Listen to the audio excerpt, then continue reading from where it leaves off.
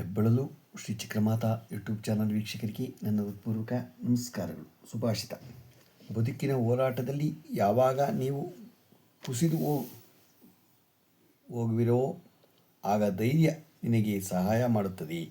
ಯಾವಾಗ ನೀನು ನಿನ್ನ ಸುತ್ತಮುತ್ತ ಇರುವವರು ಮುಖ ತಿರುಗಿಸಿ ಹೋಗುವರೋ ಆಗ ಪರಮಾತ್ಮ ನಿನ್ನ ಜೊತೆ ಇದ್ದೇ ಇರುತ್ತಾನೆ. ನೋಡಿ, ಇಷ್ಟು ಚೆನ್ನಾಗಿದೆ. ಬದುಕಿನ ಹೋರಾಟದಲ್ಲಿ ಯಾವಾಗ ನೀನು ಕುಸಿದು ಹೋಗುವೆಯೋ ಆಗ ಧೈರ್ಯ ನಿನಗೆ ಸಹಾಯ ಮಾಡುತ್ತದೆ. ಯಾವಾಗ ನಿನ್ನ ಸುತ್ತಮುತ್ತ ಇರುವವರು ಮುಖ ತಿರುಗಿಸಿ ಹೋಗುವರೋ ಆಗ ಪರಮಾತ್ಮ ನಿನ್ನ ಜೊತೆ ಇದ್ದೇ ಇರುತ್ತಾನೆ. ಈಗ ನಾವು ದಿನಪಂಚಾಂಗಕ್ಕಿಂತ ಮುಂಚೆ ದೇವರ ದೀಪಕ್ಕೆ ಯಾವ ಎಣ್ಣೆ ಉಪಯೋಗಿಸ್ತೀವಿ, ಬತ್ತಿ ಉಪಯೋಗಿಸ್ತೀವಿ, ಅದರ ಬಗ್ಗೆ ತಿಳ್ಕೊಳ್ಳೋಣ. ಇಪ್ಪೆ ಎಣ್ಣೆ ದೇವರಿಗೆ ತುಂಬ ಶ್ರೇಷ್ಠ. ಇದರಿಂದ ಮನೆಯಲ್ಲಿ ದುಃಖ, ದಾರಿದ್ರ್ಯ, ಬಡತನ, ದರಿದ್ರದಿಂದ ಗೊತ್ತಾಯ್ತಾ, ನಿತ್ಯ ದರಿದ್ರ ಹಾಗೂ ಸಾಲದ ಬಾಧೆ ನಿವಾರಣೆಯಾಗುತ್ತದೆ. ಬಾಧೆ ನಿವಾರಣೆ ಆಗಬೇಕಾದ್ರೆ ಇಪ್ಪೆ ಎಣ್ಣೆ ಹಚ್ಚಬೇಕು. ಗೃಹ ಕಲಶವು ನಿಂತು ಹೋಗುತ್ತದೆ. ದೇವರ ಅನುಗ್ರಹವು ಆಗ ಗುರುಗಳ ಅನುಗ್ರಹ ಎಂದೆಂದೂ ಇದ್ದ ಶುಭ ಕಾರ್ಯಗಳು ಯಾವುದೇ ತೊಂದರೆ ಇರದೆ ಸುಸೂತ್ರವಾಗಿ ನಡೆಯುತ್ತದೆ ಇಪ್ಪೆ ಎಣ್ಣೆ ಹಚ್ಚದಿಂದ. ಗೊತ್ತಾಯ್ತಾ? ಗಂಧದ ಎಣ್ಣೆ ದೀಪಕ್ಕೆ. ಗಂಧದ ಎಣ್ಣೆ ಉಪಯೋಗಿಸಿದರೆ ಸಾಲದ ಬಾಧೆ ಇರುವುದಿಲ್ಲ. ಮನೆಯ ದಿನೇ ದಿನೇ ಅಭಿವೃದ್ಧಿ ಹೊಂದಿ ಧನ, ಕನಕ, ವಸ್ತು, ವಾಹನಗಳು ಹೆಚ್ಚಾಗುತ್ತದೆ. ಮನೆಯಲ್ಲಿ ಹಿರಿಯರಿಗೆ ಗೌರವ ಜಾಸ್ತಿಯಾಗುತ್ತದೆ. ರೋಗಬಾಧೆ, ಶತ್ರುಬಾಧೆ ನಿವಾರಣೆಯಾಗುತ್ತದೆ. ದೇವರ ದೀಪಕ್ಕೆ ಎಳ್ಳೆಣ್ಣೆ ಉಪಯೋಗಿಸಿದರೆ ಕಷ್ಟಗಳು ದಿನಕ್ರಮೇಣ ಕಡಿಮೆಯಾಗುತ್ತದೆ. ದೇಹದ ಆರೋಗ್ಯ ದಿನೇ ದಿನೇ ಸುಧಾರಿಸುತ್ತದೆ. ಉದರ ವ್ಯಾಧಿಗಳು ನಿವಾರಣೆಯಾಗುತ್ತದೆ. ಕಣ್ಣಿಗೆ ಸಂಬಂಧಿಸಿದ ಕಾಯಿಲೆ ನಿವಾರಣೆಯಾಗುತ್ತದೆ. ಕೋರ್ಟ್ ತಕರಾರ ಇದ್ದ ಪಕ್ಷದಲ್ಲಿ ಆ ದಿವಸ ದೇವರಿಗೆ ಮೆರುದಾನಿ ಎಣ್ಣೆಯಲ್ಲಿ ದೀಪ ಹಚ್ಚಿದರೆ ವ್ಯಾಜ್ಯದಲ್ಲಿ ಜಯ ಸಿದ್ಧ, ಸತ್ಯಕ್ಕೆ ಜಯವಾಗುತ್ತದೆ. ದೀಪದ ಬತ್ತಿಯ ವಿಚಾರಗಳನ್ನ ನಾವು ಹಾಗೆ ತಿಳ್ಕೊಳ್ಳೋಣ. ದೀಪದ ಬತ್ತಿಯ ಕೊಳೆಯಿಂದ ಕೂಡಿದ್ದರೆ ಮನೆಯಲ್ಲಿ ಇರುವವರಿಗೆ ಜ್ಞಾಪಶಕ್ತಿ ಕಡಿಮೆ, ಇದ್ದು ತುಂಬ ಯೋಚನೆ ಮಾಡಿ ಆರೋಗ್ಯ ಕೆಡಿಸಿಕೊಳ್ಳುತ್ತಾರೆ. ದೀಪದ ಬತ್ತಿಯ ಕಪ್ಪಾಗಿದ್ದರೆ ಜೀವನದಲ್ಲಿ ಕಷ್ಟವನ್ನು ಅನುಭವಿಸಬೇಕಾಗುತ್ತದೆ. ದೀಪದ ಬತ್ತಿಯು ಹಾಲಿನಂತೆ ಬೆಳ್ಳಗೆ ಇದ್ದರೆ ಜೀವನದಲ್ಲಿ ಸಮಸ್ತ ಕಾರ್ಯಗಳು ಸುಸೂತ್ರವಾಗಿ ನಡೆಯುತ್ತದೆ. ಅದಕ್ಕೆ ಕ್ಲೀನಾಗಿರಬೇಕು ಅಂತ ಹೇಳೋದು. ದೀಪದ ಬತ್ತಿಯು ತುಂಬ ಚಿಕ್ಕದಾಗಿದ್ದರೆ ಜಿಪುಣತನ ಬರುತ್ತದೆ. ಮನೆಯಲ್ಲಿ ಕೋಪ, ಜಗಳ ಜಾಸ್ತಿ ಇರುತ್ತದೆ. ದೀಪದ ಬತ್ತಿಯು ಕೃತಕ ಬಣ್ಣಗಳಿಂದ ಕೂಡಿದ್ದರೆ ದೇಹಕ್ಕೆ ಅಗೋಚರ ರೋಗಗಳು ಮತ್ತು ಚರ್ಮವ್ಯಾಧಿಯು ಬರುತ್ತದೆ. ದೀಪದ ಬತ್ತಿಯು ಬಹಳ ಗಟ್ಟಿಯಾಗಿದ್ದರೆ ಸಂಸಾರದ ಎಲ್ಲರೂ ಒಗ್ಗಟ್ಟಿನಿಂದ ಬಾಳುತ್ತಾರೆ. ಬತ್ತಿಯು 2ಕ್ಕಿಂತ ಜಾಸ್ತಿ ಇದ್ದರೆ ದೇವರ ಗುರುಗಳು ಅನುಗ್ರಹ ಎಂದೆಂದೂ ಇದ್ದು ಗೆಳೆಯರ ಸಹಾಯ ದೊರೆಯುವುದನ್ನು ಸಕಲ ಕಾರ್ಯಗಳು ಸುಸೂತ್ರವಾಗಿ ನಡೆಯುತ್ತದೆ. ಒಂದೊಂದು ದೀಪಕ್ಕೆ ಒಂದೊಂದು ಬತ್ತಿಯಂತೆ 2 ದೀಪಕ್ಕೆ ಹಚ್ಚಿದರೆ ಮನೆಯಲ್ಲಿ ಸುಖ ಸಂತೋಷ ಇರುತ್ತದೆ. 1+1 2 ಹಚ್ಚಿದರೆ ಸಂಸಾರದಲ್ಲಿ ಸುಖ ಶಾಂತಿ ಇರುತ್ತದೆ. 2+2 4 ಬತ್ತಿ ಹಚ್ಚಿದರೆ ಮನೆಯಲ್ಲಿ ಎಲ್ಲರೂ ಕ್ಷೇಮವಾಗಿರುತ್ತಾರೆ. ವ್ಯಾಪಾರ ವ್ಯವಹಾರದಲ್ಲಿ ಲಾಭವಾಗುತ್ತದೆ. ಮಕ್ಕಳು ವಿದ್ಯಾವಂತರಾಗುತ್ತಾರೆ. 3+3 6 ಬತ್ತಿ ಹಚ್ಚಿದರೆ ಮನೆಯಲ್ಲಿ ಶುಭ ಕಾರ್ಯಗಳು ಎಂದೆಂದೂ ನಡೆಯುತ್ತವೆ. ಮಹಾಲಕ್ಷ್ಮಿ ಅನುಗ್ರಹ ಎಂದೆಂದೂ ಇದ್ದು ಸಾಲದ ಸಮಸ್ಯೆ ನಿವಾರಣೆಯಾಗುತ್ತದೆ. 4+4 8 ಬತ್ತಿ ಹಚ್ಚಿದರೆ ಮನೆಯಲ್ಲಿ ರೋಗಬಾಧೆ ಇಲ್ಲದೆ ಎಲ್ಲರೂ ಆರೋಗ್ಯವಂತರಾಗುತ್ತಾರೆ. ಅಪಮೃತ್ಯು, ಅಪಘಾತ, ಭಯ ದೂರವಾಗುತ್ತದೆ. 5+5 10 ಬತ್ತಿ ಹಚ್ಚಿದರೆ ಮನೆಯಲ್ಲಿ ದೇವರ ಗುರುಗಳು ಅನುಗ್ರಹ, ಆಶೀರ್ವಾದ ಎಂದೆಂದೂ ಇದ್ದು ಸಕಲ ಕಾರ್ಯಗಳು ಸುಸೂತ್ರವಾಗಿ ನಡೆಯುತ್ತದೆ.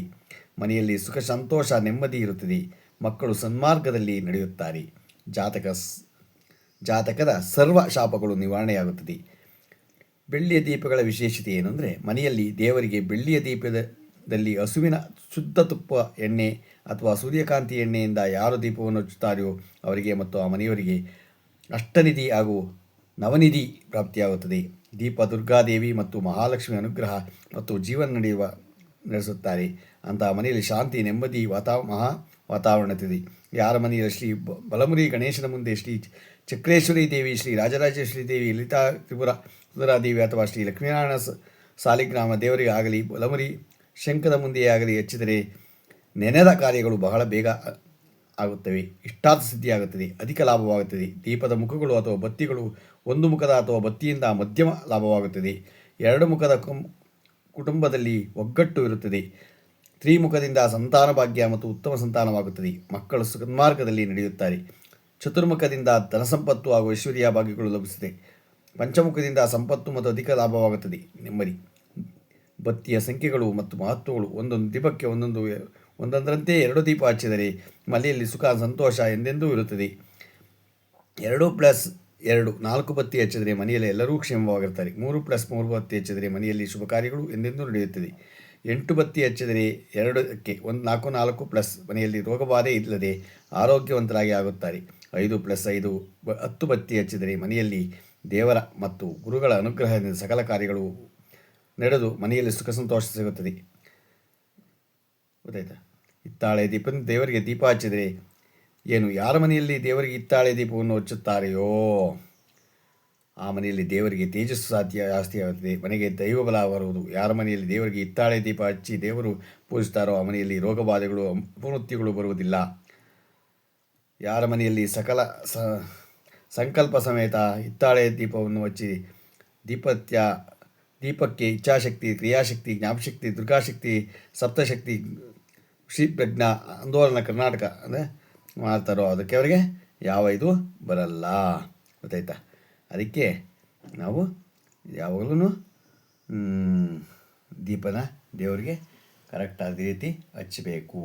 ಯಾವ ಎಣ್ಣೆಲಿ ಹಚ್ಕೋಬೇಕು, ಯಾವ ಬತ್ತಿ ಯಾವ ಉಪಯೋಗಿಸಿದ್ರೆ ಏನು ಅನ್ನೋದನ್ನು ತಿಳ್ಕೊಂಡು ನಾವು ಇವಾಗ ದಿನಪಂಚಾಂಗವನ್ನು ತಿಳ್ಕೊಳ್ಳೋಣ. ದಿನಾಂಕ 7/2/2026 ಶನಿವಾರ, ಶ್ರೀ ವಿಶ್ವಾವಸುನಾಮ ಸಂವತ್ಸರ, ಉತ್ತರಾಯಣ, ಶಿಶಿರ ಋತು, ಮಾಘ ಮಾಸ, ತಿಥಿ ಷಷ್ಠಿ, ರಾತ್ರಿ 3:41, ನಕ್ಷತ್ರ ಚಿತ್ತೆ, ರಾತ್ರಿ 3:31, ಮಳೆ ಧನಿಷ್ಠ 1ನೇ ಪಾದ, ರಾಹುಕಾಲ 9:42ರಿಂದ 11:10, ಗುಳಿಕ ಕಾಲ 6:42ರಿಂದ 8:15, ಯಮಗಂಡ ಕಾಲ 2:05ರಿಂದ 3:32. ಇವತ್ತು ಯಾರು ಹುಟ್ಟುಹಬ್ಬ ಆಚರಣೆ ಮಾಡ್ಕೊತಿದ್ರು, ಮದುವೆಯಾದ ದಂಪತಿಗಳು ವಾರ್ಷಿಕೋತ್ಸವ ಆಚರಣೆ ಮಾಡ್ಕೊತಿರೋರಿಗೆ ನಮ್ಮ ಹೆಬ್ಬಳದು ಶ್ರೀ ಚಿಕ್ಕಮಾತಾ ಯೂಟ್ಯೂಬ್ ಚಾನಲ್ ಕಡೆಯಿಂದ ಶುಭಕಾಮನೆಗಳನ್ನು ತಿಳಿಸ್ತೀವಿ. ದೇವರು ಅವರಿಗೆ ಆಯಸ್ಸು, ಆರೋಗ್ಯ, ಐಶ್ವರ್ಯ ಎಲ್ಲ ಕೊಟ್ಟು ಕಾಪಾಡಲಿ ಅಂತ ಕೇಳ್ಕೊತೀನಿ. ನಮ್ಮ ಹೆಬ್ಬಳದು ಶ್ರೀ ಚಿಕ್ಕಮಾತಾ ಯೂಟ್ಯೂಬ್ ಚಾನಲ್ ಯಾರು ಸಬ್ಸ್ಕ್ರೈಬ್ ಆಗಲು ದಯಮಾಡಿ ಸಬ್ಸ್ಕ್ರೈಬ್ ಆಗಿ, ಲೈಕ್ ಕೊಡಿ. ಇದು ನಿಮ್ಮದೇ ಚಾನಲ್ ಆಗಿರೋದ್ರಿಂದ ನಮ್ಮ ಲಿಂಕನ್ನು ಬೇರೆ ಫಾರ್ವರ್ಡ್ ಮಾಡಿ. ನಮಸ್ಕಾರಗಳು, ನಮಸ್ಕಾರಗಳು, ನಮಸ್ಕಾರಗಳು.